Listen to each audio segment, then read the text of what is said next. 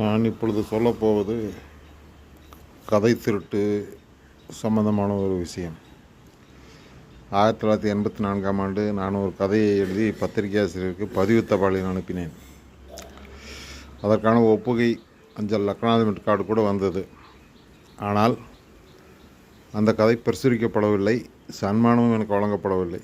ஆனால் அந்த கதை பலரிடமும் பகிரப்பட்டு திரைப்படங்களாக பல்வேறு வடிவில் வந்து வெளியாகின. அதனால் அளவு கடந்த மன உளைச்சல் எனக்கு ஏற்பட்டது. பிறகு அந்த கதையில் கூறிய வாரியாக சில சம்பவங்கள் கூட தமிழ்நாட்டில் நடந்தது. ஆனால் கடைசி வரை எனக்கு அதுக்குரிய அங்கீகாரம் எதுவுமே வழங்கப்படவில்லை. எனக்கு மேற்கொண்ட அந்த சமயத்தில் சில பிரச்சனைகள் காரணமாக உடல்நிலை சரியில்லாமல் போனதால் அந்த விஷயத்தை மேற்கொண்டு விசாரிக்க முடியவில்லை. எனவே நாம் எந்த ஒரு படைப்புகள் ஆனாலும் அதை வந்து சரியான முறையில் மாற்றவர்களிடம் அனுப்பி ஒப்புதல் வாங்கி வைத்துக் கொள்வது மிகவும் நல்லது.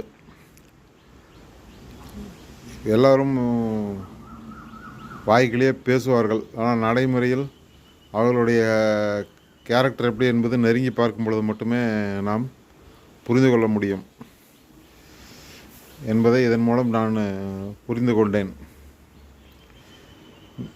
மிக்க நன்றி, வணக்கம்.